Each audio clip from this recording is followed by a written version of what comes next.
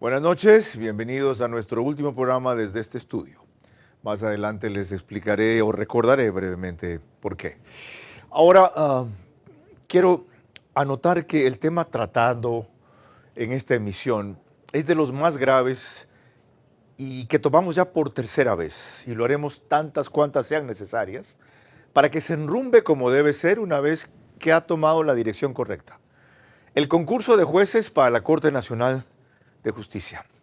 En eso se juega la recuperación del prestigio de la Corte Nacional y el comienzo de la recuperación de la justicia, que será un proceso de larguísimo plazo, pero por lo mismo debe ser de enorme urgencia y bastante celeridad sin que resulte ser de atropello.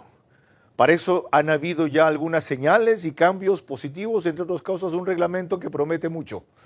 Vamos a ver si no se queda en poco. Del tema hablaremos en el estudio con Adrián Pérez Salazar, jurista y articulista del Universo. Y desde Exteriores, con Solanda Goyes, ya por fin vocal principal del Consejo de la Judicatura, Miguel Molina Díaz y el abogado Paulo Caña, quien es presidente del Colegio de Abogados de Pichincha.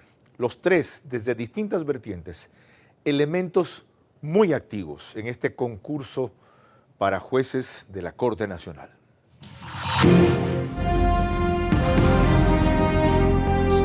Este es Vera a su manera.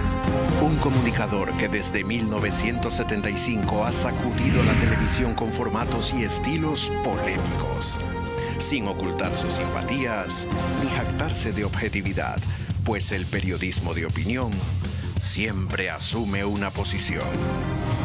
Bienvenidos a coincidir o discrepar con Vera a su manera. Opinión con propósito. Democracia.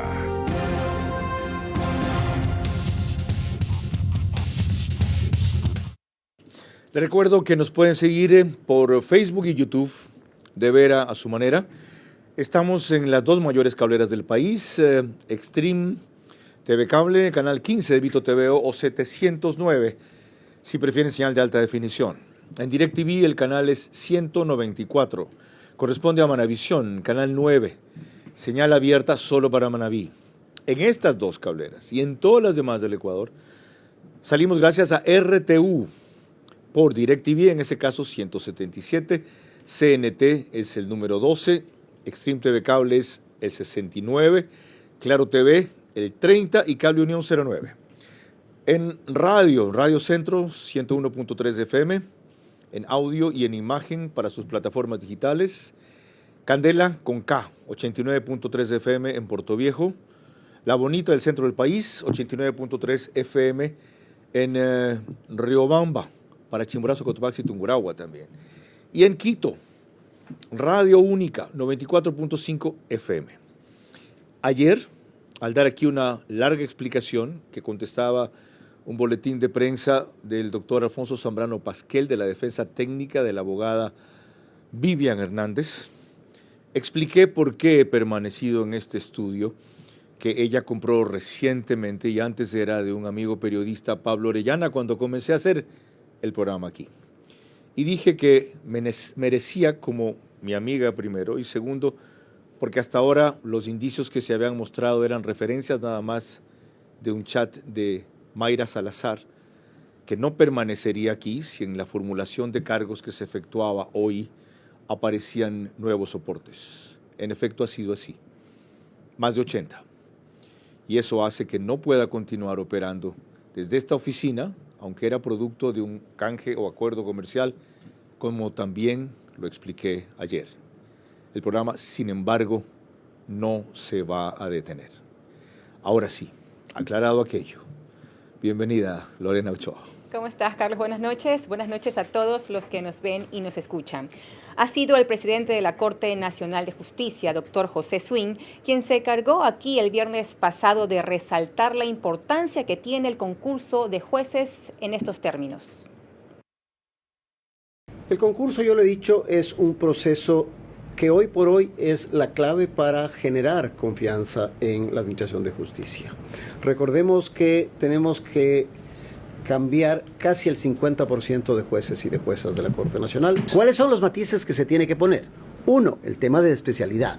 2, el tema de la paridad. Si se quiere especialidad, de los 10 jueces necesito 3 civiles, 3 administrativos, 3 penales y un tributario. ¿Y en cuanto a la idoneidad? A la idoneidad, ahí viene el tema de la prueba de confianza, de los mecanismos que se puedan proponer, además de una prueba de confianza que sea tomada por expertos internacionales que no tengan incidencia en el colectivo de aspirantes, sino más bien que guarden precisamente esa distancia para que pueda obtener un resultado.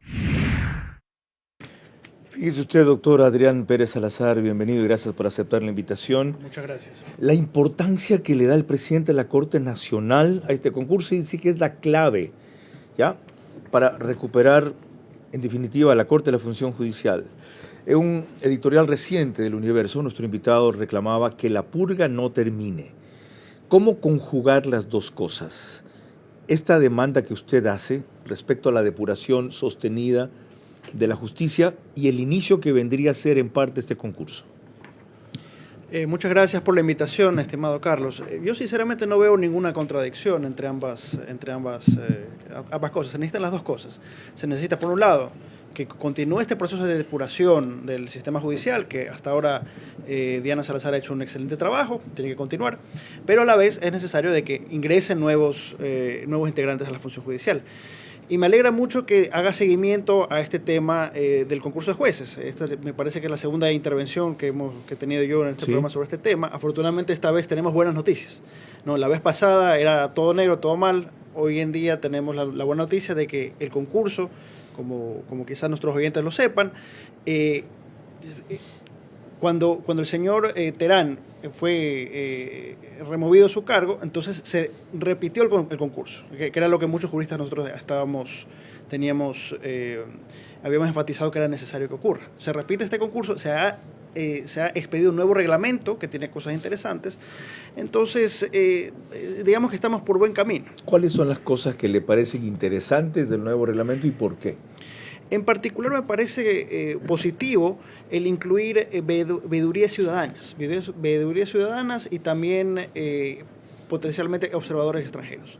Eso le da más transparencia al concurso, que eso era la crítica principal al concurso anterior, la falta de transparencia, y también le da un cierto más toque de imparcialidad, las cosas son más abiertas. El hecho de que no se le dé un puntaje adicional como antes se le daba a quienes venían de la carrera judicial, ¿animará a los abogados en libre ejercicio, a la academia, a catedráticos, a juristas probos de prestigio, a querer correr el riesgo de ser jueces? Yo creo que sí. Eso fue una medida, digámoslo, es algo controversial, porque claro, uno entre las cosas que espera de los jueces es la mayor cantidad de experiencia. Pero lamentablemente, como estamos en una situación donde esta judicatura, este sistema judicial ha estado tan corrompido, ha estado tan sucio por años y años de las mismas personas que están ahí, es positivo que se priorice introducir sangre nueva al sistema.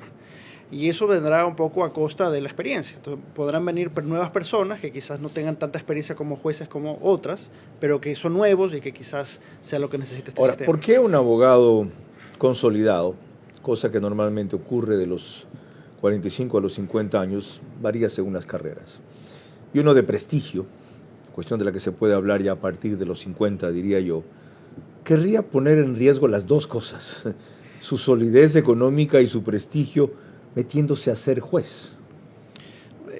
Yo pienso de que la mayoría de los candidatos a jueces realmente, justamente por las razones que usted menciona, van a ser personas mucho más jóvenes, ¿no? La carrera judicial debería ser vista como realmente eso, como una carrera, como una opción para personas jóvenes de ascender. Yo le hablo de una experiencia personal. Yo tuve la fortuna, tuve la suerte de estudiar en España. Y en España, curiosamente, cuando yo estaba Derecho, las personas que tenían los más altos puntajes, los mejores estudiantes, su aspiración no era el sector privado, era el sector público. Curioso. Es muy curioso y es totalmente lo opuesto que ocurre aquí. Ajá. En España, en Europa, en países... Allá te da prestigio ser juez. Da prestigio. Allá es un honor ser pero juez. Por supuesto, prestigio, estabilidad económica, o sea, realmente... Y la oposición es muy complicada para entrar. ¿Ah? Es muy difícil ser juez, es muy difícil ser fiscal, es muy, muy complicado. Los exámenes son muy rigurosos, las plazas son muy limitadas, pero eso le da ese prestigio a la carrera. Entonces, los estudiantes de Derecho, desde el inicio, están pensando, yo quiero ser juez, yo quiero ser fiscal, yo quiero ser abogado del Estado, lo que sea. En cambio aquí, lamentablemente, por lo general, los mejores estudiantes tienden a estar viendo el sector privado porque es donde se paga más, donde se consigue más prestigio, etcétera, etcétera. Ok, sigamos avanzando en este análisis y con un aporte de la misma persona a quien acudimos hace pocos instantes. Lorena. El propio presidente de la Corte Nacional de Justicia, a quien nos referíamos hace pocos instantes, a la vez recordó aquí el viernes pasado los problemas que en este momento enfrenta la Corte Nacional en cuanto a la plaza de conjueces. Recuerde que la Corte hoy por hoy no tiene conjueces y como no tiene conjueces tengo un gran problema que es necesario que la ciudadanía conozca. Desde el 2019 que no se completó en el 20 con todos los jueces titulares y los conjueces titulares, hay un problema en la especialidad. Hay jueces que no son de especialidad y que están administrando justicia en materias que no son las suyas. Pero no es por voluntad ni del presidente ni del conjuez que ha sido principalizado o del conjuez que tiene que asumir la causa, sino es un problema de que nos faltan conjuez. Por eso el Consejo, por eso el Consejo de la Judicatura, por eso el Consejo de la Judicatura generó un procedimiento abreviado para seleccionar. Hubo más o menos 78 aspirantes, estaba ya casi listo el proceso de designación, pero vinieron advertencias. Cuidado con estas personas que están participando, revisen bien sus expedientes. Eso es lo que ha hecho el Consejo de la Judicatura, revisar esos expedientes y ha advertido que se presentaron inconsistencias de que no toda la información que constaba en el Consejo de la Judicatura Nacional, sino en las provinciales, había información de inconductas. La función de transparencia va a tener incidencia en la función judicial con la designación del nuevo Consejo de la Judicatura. Recuerde que hoy estamos con un Consejo de la Judicatura transitorio también, como yo. Pero debe ser cuando que es transitorio, cumpla la misión que ya ha comenzado. O ha comenzado o que el mismo Consejo de Participación solicite, por ejemplo, en el caso de la Corte, me solicite que envíe la terna. Porque recuerde que el doctor Álvaro Román es temporal. ¿Usted cree que el Consejo de Participación Ciudadana y Control Social se atreva a eso? Estaría cumpliendo con la norma nada más. O sea, si no lo hace, ¿está incumpliendo? Yo creería que sí. Yo estoy intentando convencer por enésima vez al doctor Álvaro Román que encabece la terna para que participe en este proceso de selección. Y ahí viene el primer sobresalto. Enseguida le preguntaré eso a la abogada Solanda Goyes, quien es justamente miembro de ese Consejo de la Judicatura por fin principal. Pero antes requiero su opinión. Ahora que este concurso comienza a coger vuelo, ayer que el Consejo de la Judicatura suspende nuevamente a 4 jueces, 3 fiscales y un secretario, nada menos que entre los suspendidos el presidente de la Corte Provincial de Manabí, Carlos Zambrano, si no tengo mal el nombre. Está otro de la famosa jurisdicción de Santo Domingo, hay un par de Guayas. En fin, cabe que no haya estabilidad en este Consejo de la Judicatura y cómo se la deberíamos dar. Yo creo que lamentablemente a veces lo perfecto es enemigo de lo bueno, ¿no? O sea, estamos en una situación en la que se necesita que haya más jueces y lamentablemente la coyuntura es la que es. Esa es mi opinión. Pero el Consejo de Participación Ciudadana estaría animado a proponer a las distintas funciones que configuran ternas para conformar el Consejo de la Judicatura, como dijo el presidente de la Corte Nacional, inclusive dijo él, eso sería cumplir la ley, para que para que haya un consejo solo de principales. El único principal aquí es Merck Benavides, los otros son principalizados. Y ven al presidente de la Corte dispuesto a mandar una terna, solo que para darle continuidad a este proceso de concurso de jueces, él pondría primero a Álvaro Román, a quien de paso, cada vez que le han dicho que si quisiera continuar, ha dicho que no. ¿Qué es esto? Lamentablemente no le tengo una buena respuesta, Carlos. La situación es compleja. Es que no hay una buena respuesta. No hay una buena respuesta, efectivamente. Solanda Goyes, tiene usted la buena respuesta. Menos mal acaba de oír lo que dijo aquí el presidente de la Corte Nacional el viernes pasado. Bienvenida. La buena respuesta es que tenemos que aprender a aplicar la ley. Nada más, solo eso, la Constitución y la ley. Entonces, la Constitución dice que hay 5 fuentes. Hay que chequear cuáles están ya. Siguen como temporales, es el caso del presidente, es el único que cabría hacer un cambio a través de una nueva terna. Luego tenemos Defensoría Pública, que le nombraron, para precisar, le nombraron a Mer Benavides como suplente, pero él se titulariza. ¿Qué queda vacía? La suplencia, porque ya es vocal principal Mer Benavides por el resto del periodo, así dice la Constitución y la ley. Quien proviene de Fiscalía, lo propio, el titular salió por remoción y su suplente, la doctora Yolanda Yupangui, fue titularizada. ¿Qué es lo que quedaría por nombrar? El suplente. De la fuente del Ejecutivo, lo mismo, salió Javier Muñoz, que era el titular, la suplente era yo, Solanda Goyes, he sido titularizada. ¿Qué está vacío? La suplencia. Y en la fuente de la Asamblea Nacional, el titular fue destituido por juicio político y su suplente renunció. ¿Qué es lo que hay que designar? Titular y suplente. Así de sencillo, así dice la Constitución y la ley. Ok, qué bueno que usted lo aclara así.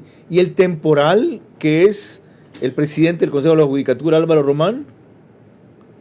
Sí, en ese hay todos los antecedentes, ¿no? De que en el Consejo de Participación Ciudadana Transitorio le nombraron de la fuente de la Fiscalía General del Estado y él vino a ser suplente de la fuente de Corte Nacional de Justicia y por esa razón no puede ser titularizado. Es temporal y entonces allí es el paso, y a lo que se refiere el doctor Swing, es a que es necesario poner una terna para nombrar el titular.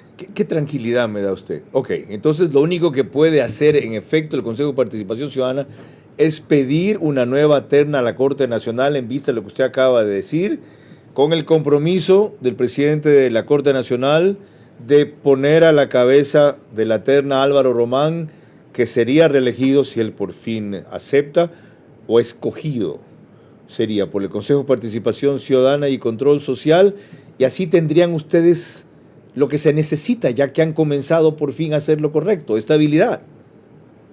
A ver, lo que yo podría decir es que el Consejo de Participación Ciudadana tiene que actuar en función de lo que dice la Constitución, la ley y también un fallo de la Corte Constitucional que ha hecho aclaraciones respecto de este asunto. Sobre la decisión que tome el doctor José Swing o la Corte Nacional, si es que él hace que esta definición sea colectiva, es un tema de ellos, ¿no? A quién van a definir para poner en la terna. Y yo lo que sí creo es que tenemos un Consejo de la Judicatura renovado. Creo que hay personas que estamos plenamente conscientes que tenemos poco tiempo, apenas 10 meses y medio y a estas alturas, y que tenemos una gran tarea para cubrir lo que no se hicieron los 5 años anteriores y que por lo tanto tenemos que priorizar las actividades y estamos en ese esfuerzo. Doctora, ¿usted no cree que si la Corte Nacional tiene que enviar una nueva terna, debe ser encabezada entonces por el doctor Álvaro Román, como dijo aquí José Swing? No creo ni no creo, no me quiero pronunciar sobre eso, eso tiene que definirlo la Corte Nacional. Pues no es lo lógico que usted crea que sí, ya que es parte de ese organismo y con él han comenzado a funcionar las cosas. Mire, cuando me pronuncio, en cambio, me suelen decir que por qué me pronuncio. Entonces, si esta es una responsabilidad del doctor José Swing, presidente de la Corte, y si él quiere ampliarla, que sea del colectivo y pleno de la Corte, pues yo prefiero esperar a que ellos lo definan. No se vaya, enseguida vuelvo con usted. Antes, usted dijo al principio, doctor Adrián Pérez Salazar, que potencialmente tendría veedores u observadores internacionales. ¿Por qué potencialmente? ¿Por qué duda? ¿Por qué no dice necesariamente debe tener? Bueno, el reglamento efectivamente incluye eso, lo contempla. Lo que yo no estoy seguro es cómo eso se va a implementar.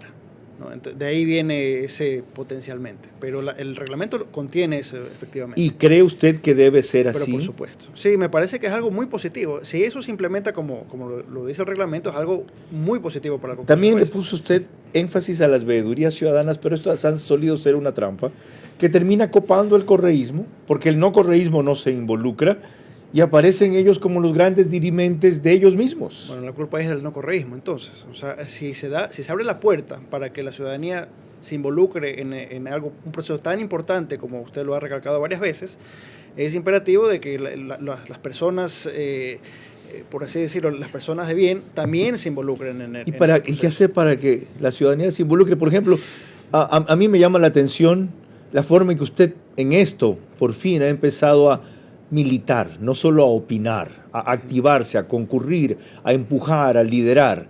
¿Qué lo llevó a usted a cambiar de posición, a tomar esta más proactiva? Yo creo que nosotros, sobre todo los que participamos en el trabajo jurídico, en la profesión de abogado, tenemos que tomar la conciencia que nosotros vivimos en el medio que nosotros creamos. Nosotros tenemos... Repítame eso. Nosotros vivimos en el medio que uno crea. Okay. O sea, realmente el estado de la justicia ecuatoriana no es otra cosa que el resultado de años y años y años y años del actuar de nosotros mismos, de los juristas, de los abogados, de los jueces. Entonces, ¿a son de qué podemos ahora quejarnos de decir, esto es un desastre, cuando realmente ese desastre realmente nosotros mismos lo hemos creado? ¿No? O sea, no digo yo, Adrián Pérez, correcto, pero estoy hablando de generaciones de abogados, de juristas que hemos dejado que esta podredumbre prospere. Okay. Si hay la oportunidad de tratar en algo solventar esto, uno tiene que tomarla. Ya lo oyeron, ustedes que son usuarios, para no decir consumidores del sistema de justicia, no solamente deben quejarse y reclamar con todo derecho, sino involucrarse y actuar. Abogada Solanda Goya, usted oyó al principio que dijo el presidente de la Corte Nacional que la selección de jueces debería tener 3 características en las cuales usted ha insistido mucho. Sobre todo una, mencionó paridad de género. Y no sé si vio la respuesta que dio el viernes cuando aquí le preguntó Lorena Ochoa, sobre por qué no habían escogido mujeres, o si debería ser una mujer la nueva presidenta de la Corte Nacional de Justicia cuando termine su periodo. ¿Cómo asegurarnos de que se apliquen los principios que él defiende? Equidad, idoneidad y paridad de género, de acuerdo a lo que está hecho el reglamento. Bueno, usted conoce, Carlos, porque he tenido la oportunidad de estar en varias ocasiones en su set, y también los otros medios de comunicación, que de manera similar, pero con otras palabras, también he planteado que la selección de la Corte tiene que obedecer a los principios de calidad, de probidad, integridad de los jueces, y que este elemento final sería nuevo en los concursos, ¿no? Porque anteriormente esto ha pasado a ser una mera mención, unos procesos muy formales, y que ahora el reto que tenemos es precisamente ponerle un gran porcentaje del esfuerzo en esta parte, porque no es suficiente con que conozcan la ley o con que conozcan el derecho o los procesos específicos que se llevan en corte, sino que la gente que llega sea prueba para poder enfrentar la crisis. ¿El reglamento asegura eso? ¿El reglamento el reglamento facilita eso? Sí, a ver, lo que el reglamento dice es que tenemos que hacer pruebas de confianza porque así lo indica la ley, pero le delega al director general para que establezca las metodologías. Incluye pruebas de toxicología inclusive. No, el reglamento todavía no lo incluye. Estas son las definiciones que están por hacerse. Lo que yo le puedo decir es que personalmente he enviado ya una comunicación al presidente y a los otros vocales y también al director general para decirles que dentro de estas pruebas de confianza debería considerarse la declaración de conflictos de interés de los postulantes, también las pruebas toxicológicas, inclusive que deberíamos valorar si cabe o no cabe aplicar el polígrafo, y también el análisis socioeconómico en donde se tiene que hacer análisis de patrimonios. Entonces, esto está todavía por definir y la metodología, dice el reglamento, tiene que hacerla el director general. ¿Cómo es que está todavía por definir? ¿No hay un reglamento ya aprobado? ¿Qué espacio hay entonces para incluir lo que usted propone? Sí. El reglamento está aprobado. Recuerde usted que lo hizo el Consejo de la Judicatura antes de que nos incorporáramos el doctor Benavides y quien habla, pero luego nosotros alertamos de algunas debilidades, se hicieron propuestas de reforma y ahora ya se ha aprobado el reglamento y está codificado, está listo. Inclusive hemos avanzado con el tema de la convocatoria. Pero no entiendo dónde pueden incluir lo que usted propone que no está en el reglamento, sí, o si es parte del capítulo de pruebas de confianza. Ahí hay que ver declaración patrimonial, pruebas toxicológicas, conflicto de interés, etcétera. Sí, exactamente. Lo que el reglamento contempla es un capítulo sobre pruebas de confianza y esas pruebas de confianza son las que tienen que definirse. ¿Quién va a ser el detalle? ¿Quién? El detalle lo hará y la definición el director general, pero tenga la seguridad que al menos yo promoveré el debate nacional sobre esto y de hecho ya he presentado una propuesta para que se defina, ¿no? ¿Quién es el director general del Consejo de la Judicatura? El doctor Jaime Canseco. Fíjese qué poder, ¿no? Sí, el director general tiene mucho poder. Ok, está claro. Qué bueno para que vean cómo... Gracias, doctora Goyes. Para que vean cómo marcha este proceso. ¿Va bien? Pero cuidado con descuidarse, ¿ok? ¿Ya? El diablo está en los detalles, decía mi abuela. Lorena.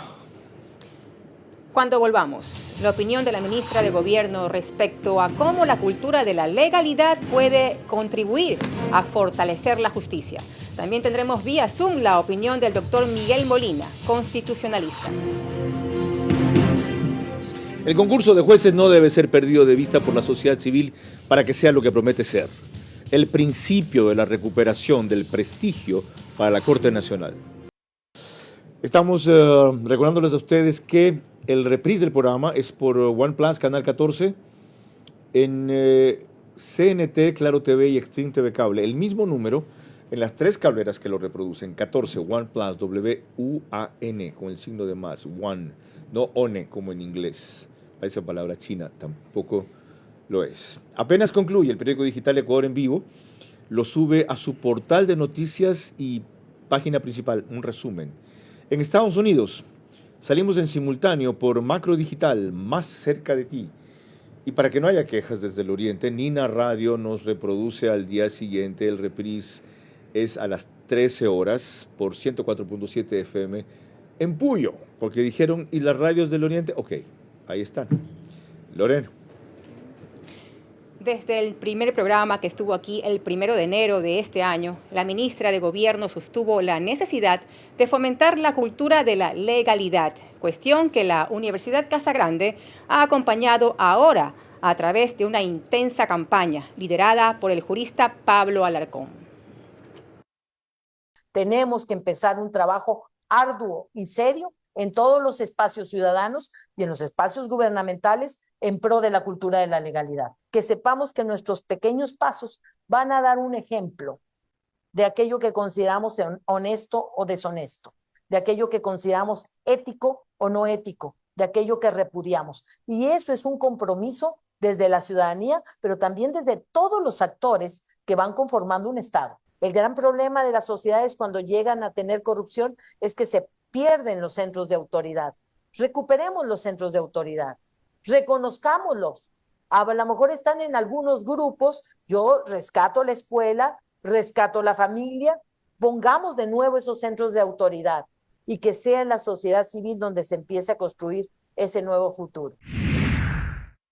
Una sola precisión, la intervención de la ministra pudo haber sido en la Casa Grande. La campaña por la cultura de la legalidad la lidera la UES con el abogado, el doctor Pablo Alarcón, como mencionó Lorena. ¿Tiene que ver la cultura de la legalidad con el ambiente para la justicia que se quiere crear ahora en su renovación y depuración? Yo creo que absolutamente sí, es de hecho el fundamento. Los problemas que estamos presenciando son realmente problemas sistémicos, son problemas estructurales de la justicia. Son problemas que no se van a resolver simplemente reemplazando a jueces por otros. Eso puede mejorar el problema. Pero el problema viene desde abajo, viene desde las escuelas de derecho, viene desde la práctica de los propios abogados. Esto es se ha creado una cultura, podríamos llamarla, de la ilegalidad. Se ha aceptado como algo normal de que un juez resuelva un caso por una coima en vez de por el derecho. Se ha aceptado como que eso es algo que pasa todos los días. Y al aceptar eso como simplemente parte del día a día, hemos realmente creado un círculo vicioso en que estamos, bueno, ya hemos estado. La cultura de la ilegalidad, de la corrupción, le ha abierto a nuestro país de par en par las puertas al narcotráfico, porque así han ellos dominado este país. ¿Puede usted resumir en pocas palabras el caso que a usted le colmó la medida el otro día que me lo mencionó? Es que me impresionó en Radio Centro, de por qué usted estaba más indignado que antes con la forma en que los jueces tuercen la ley para favorecer a determinado cliente o a una de las partes en litigio, torciendo abiertamente la ley. Por favor. Bueno, yo en el artículo que publiqué la semana pasada comenté un caso mío, que como es hay miles. En mi caso, lo que ocurrió, yo defiendo a una empresa extranjera. Esta empresa extranjera tenía un contrato con una entidad ecuatoriana que tenía lo que se conoce como una cláusula arbitral. Esa cláusula lo que dice es, en caso de que haya una disputa, esto no va a la justicia ordinaria, sino que esto va a los árbitros. Los árbitros son expertos en derecho, son personas por lo general más probas, más reconocidas. Esa es la función de la cláusula. A pesar de que tenía esta cláusula, hubo un conflicto contractual y la contraparte somete esto a la justicia ordinaria y sale sorteado un juez que tiene un rosario de irregularidades. No voy a dar su nombre, evidentemente, pero tiene más de 30 quejas, fue destituido una vez, fue restituido otra vez estas famosas acciones de protección, etcétera, etcétera. Entonces, ¿qué ocurre? Este juez recibe esta demanda y, oh sorpresa, viola todos los cánones de derecho, viola toda la ley y se declara competente. Y después, no solamente que eso ya de por sí es violar la ley, eso es un prevaricato, sino que luego condena a esta empresa a pagar no menos de 35 millones de dólares, una suma estratosférica por un contrato que no producía al año más de $800,000 en ventas brutas, o sea, sin ni siquiera restar los costos. Si tienen ustedes clara la barbaridad ahí, ¿no? En ese apretado resumen, hizo dos de muchas cosas inadecuadas. Declararse competente de un caso que según el propio contrato no le competía y debía haber devuelto. De paso, nunca debió haberse sorteado eso tampoco, porque si constaba ahí que eso iba a arbitraje o mediación y no a la justicia ordenada, habiéndoselo hecho, lo recibió, viendo eso, lo admitió.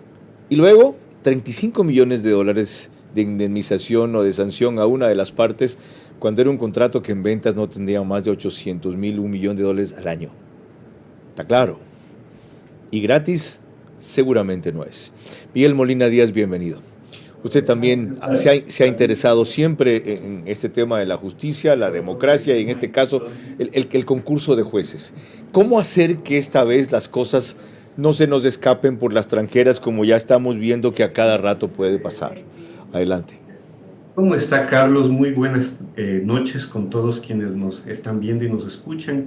Bueno, para mí ha sido una preocupación muy grande y me he encontrado en estas reflexiones con otros abogados que tienen una inmensa preocupación por la situación de la justicia en el Ecuador, y por eso hace algunos días hemos entregado al Pleno del Consejo de la Judicatura, con el apoyo del Observatorio de Derechos y Justicia, un conjunto de recomendaciones para que este concurso de jueces que están organizando, de jueces de la Corte Nacional además, se lleve a cabo con los más altos estándares de independencia, ¿no?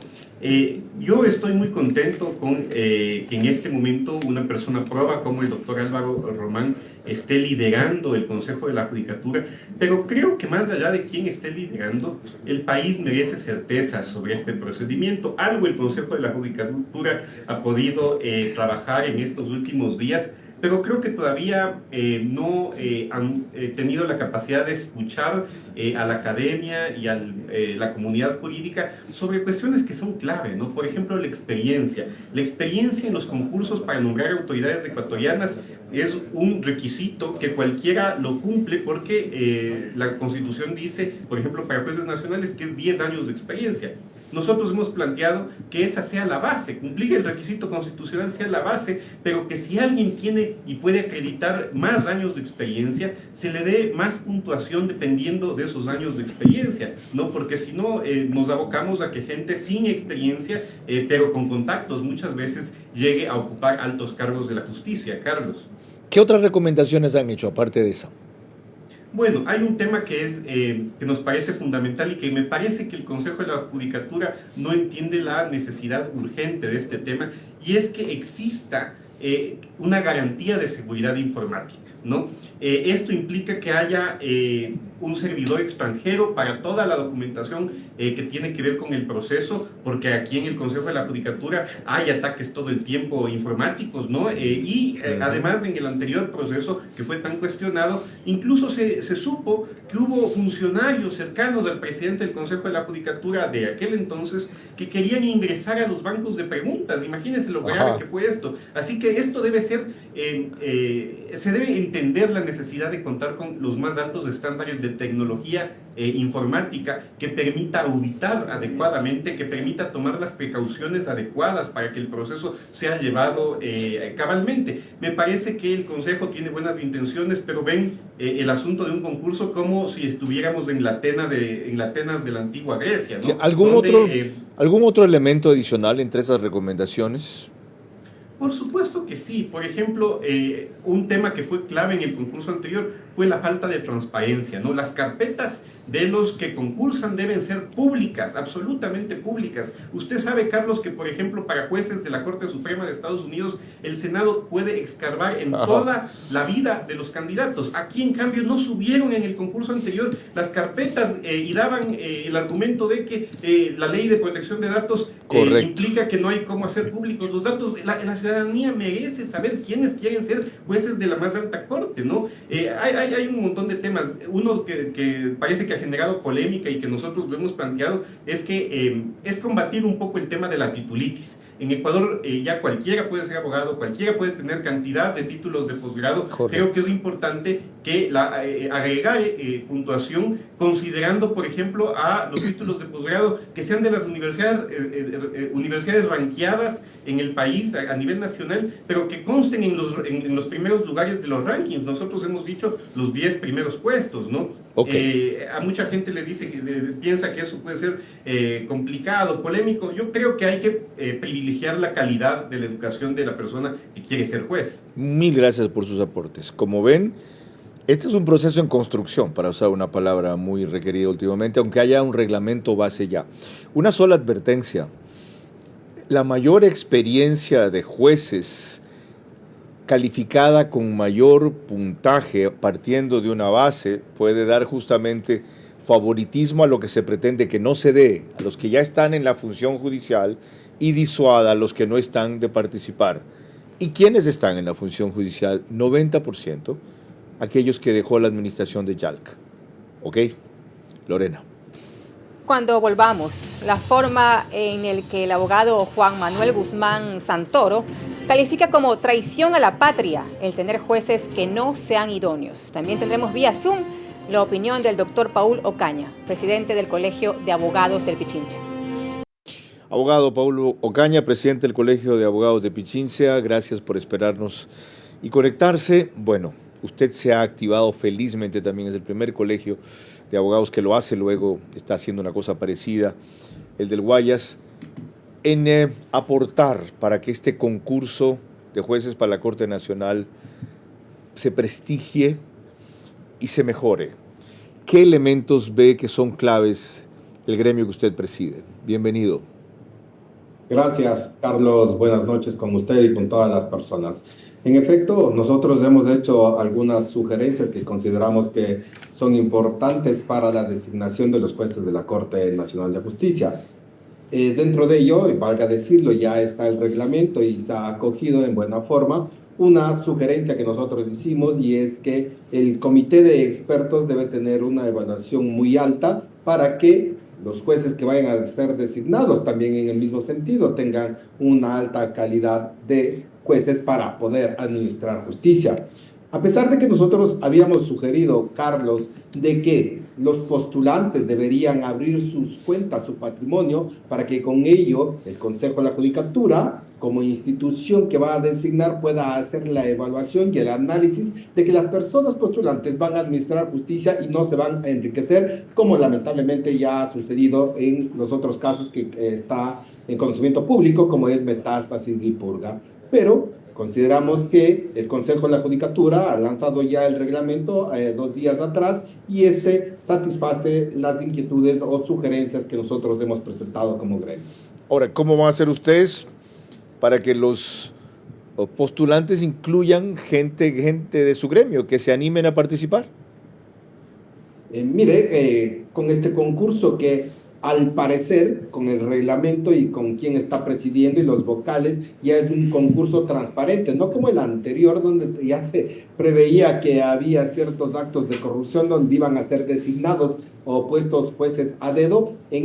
Al ser ya transparente, público, como ya lo ha indicado el reglamento, considero que abogados en libre ejercicio profesional, así como también docentes, se van a presentar para este concurso. La verdad que eso es lo que necesita el sistema judicial para, primero, depurar y segundo, nuevamente, crear la confianza y credibilidad a la sociedad ecuatoriana. Muy amable, doctor Pablo Caña. Le recuerdo, según le dije a Juan Ruiz, que usted tiene un viaje pendiente acá, que el otro día no pudo hacerlo por irse al oriente. Lorena, tú mencionabas algo del abogado Guzmán Santoro. Así es, Carlos. Juan Manuel Guzmán Santoro, quien a través de un tuit provocativo en que calificaba a la justicia corrompida como hijos de tal, el que levantó una corriente que ha cogido fuerza para activar a la sociedad civil, a la academia, colegio de abogados y otros actores en pro de un urgente saneamiento de la justicia. Aquí un resumen de los términos que expresó en el programa de nuestro director Carlos Vera, en el programa de radio Del Día a la Noche, hace un par de semanas. Un Estado que entrega la capacidad de administrar justicia a una persona que no cumple esos requisitos es un Estado incapaz. Pero un juez, una persona que finge tener esas capacidades para hacerse entregar el sagrado, digamos, designio de dar justicia, es un traidor a la patria. Hay jueces que son una mezcla perfecta entre ignorantes y descarados. Y hay jueces que en cambio son muy buenos jueces. Hay jueces que son súper buenos jueces, hay fiscales que son súper buenos fiscales. Tenemos por un lado un juez o un sistema judicial corrupto y tenemos por otro lado un sistema normativo que le permite a ese juez valorar como él quiera. Y si nosotros vamos a hacer esa sociedad que espera que el cambio venga de una norma, de un legislador que está allá, sentado en un escritorio haciendo algo que no entiende, este país no va a cambiar nunca. Se refería usted en su editorial Que la purga no termine, doctor Adrián Pérez Salazar, en los siguientes términos a las vinculaciones de la justicia con el narcotráfico y el crimen organizado. Por su estrecho vínculo con el narcotráfico, hasta ahora la mayoría de implicados en los casos purga y metástasis han sido jueces penales. Sin embargo, el mismo cáncer de la corrupción está presente en todos los niveles. Si usted coincide en que esto ha llegado casi a todos los niveles, hablemos de la justicia de Guayas, ¿cómo continuar aquí la depuración?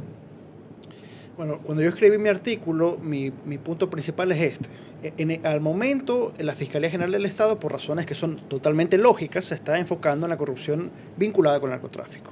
Pero la corrupción no es algo que está solamente limitada al área penal. Lamentablemente hay corrupción en juzgados de lo civil, el contexto administrativo, en todas las áreas del derecho, laboral, lo que uno quiera, va a encontrar lamentablemente no todos, eso hay que enfatizarlo, hay jueces que son muy buenos, pero lamentablemente sí hay una gran cantidad de jueces corruptos. Definamos eso. 70% de los jueces no me atrevería a en promedio son corruptos en Guayas. El problema aquí es... La mayoría de los jueces en Guayas son corruptos. No me atrevería a decir, a dar un número, sinceramente. Pero en términos de mayoría o minoría, sí, pues. Es que el problema es que aunque sea una minoría, es una minoría importante. ¿Okay? Y el problema es... ¿Por qué? Porque si son minoría, los corruptos son importantes. Porque usted conoce el viejo dicho, ¿no? Una manzana podrida daña todo el barril. Y ese es el tema. O sea, cuando uno tiene una justicia donde, supongamos que sea el 30%. Y se termina además haciendo caer en ellos los casos significativos. Si es que se llega a manipular el sistema de sorteo, bueno, ahí tenemos efectivamente es que se llega a manipular el sistema de sorteo. Efectivamente. O sea, no siempre hay estas manipulaciones. Hay trucos que son lamentablemente conocidos para manipular, ¿no? Por ejemplo, un truco que es conocido es se sortea justo en el momento en el que se sabe que solamente hay un juez que está disponible para ser sorteado, ¿no? Sea por la obra, sea porque los demás están enfermos, sea porque se dice que están enfermos en el sistema o algo por el estilo. Y, oh sorpresa, el sistema al azar escogió uno que ya se sabía de antemano y ahí el que está involucrado es el secretario que hizo el sorteo. A pesar de todo esto, ¿usted es optimista? Yo creo que sí.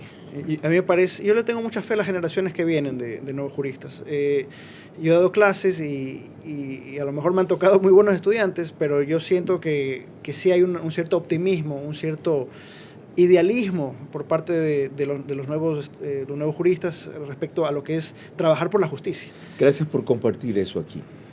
Si ustedes no lo saben, este jurista es hijo de un jurista a quien hemos recurrido con frecuencia y ha roto lanzas, yo también ha roto lanzas suficientemente por décadas contra la corrupción en este país. Aquí veo un relevo generacional, ya no solo familiar, no solo profesional. Y eso para mí es alentador. Su padre es el doctor Hernán Pérez Luz, fue de los que más duro y más fuerte combatió al correísmo durante 10 años. ¿Ok? Entonces sí, yo comparto el optimismo y abrigo la esperanza. Lorena. Cuando volvamos, mis preguntas para nuestro invitado que deben ser respondidas únicamente en términos de sí o no. Sus reflexiones finales y el comentario de cierre de nuestro director, Carlos Vera. Mañana trataremos con el ministro de Telecomunicaciones, Telefónicas y más. El asunto del contrato de renovación de la concesión para Claro y Movistar, que según dijo recientemente se definiría recién en septiembre. Pero siendo el asunto más urgente, no es el único ni el más importante que tiene ese ministerio.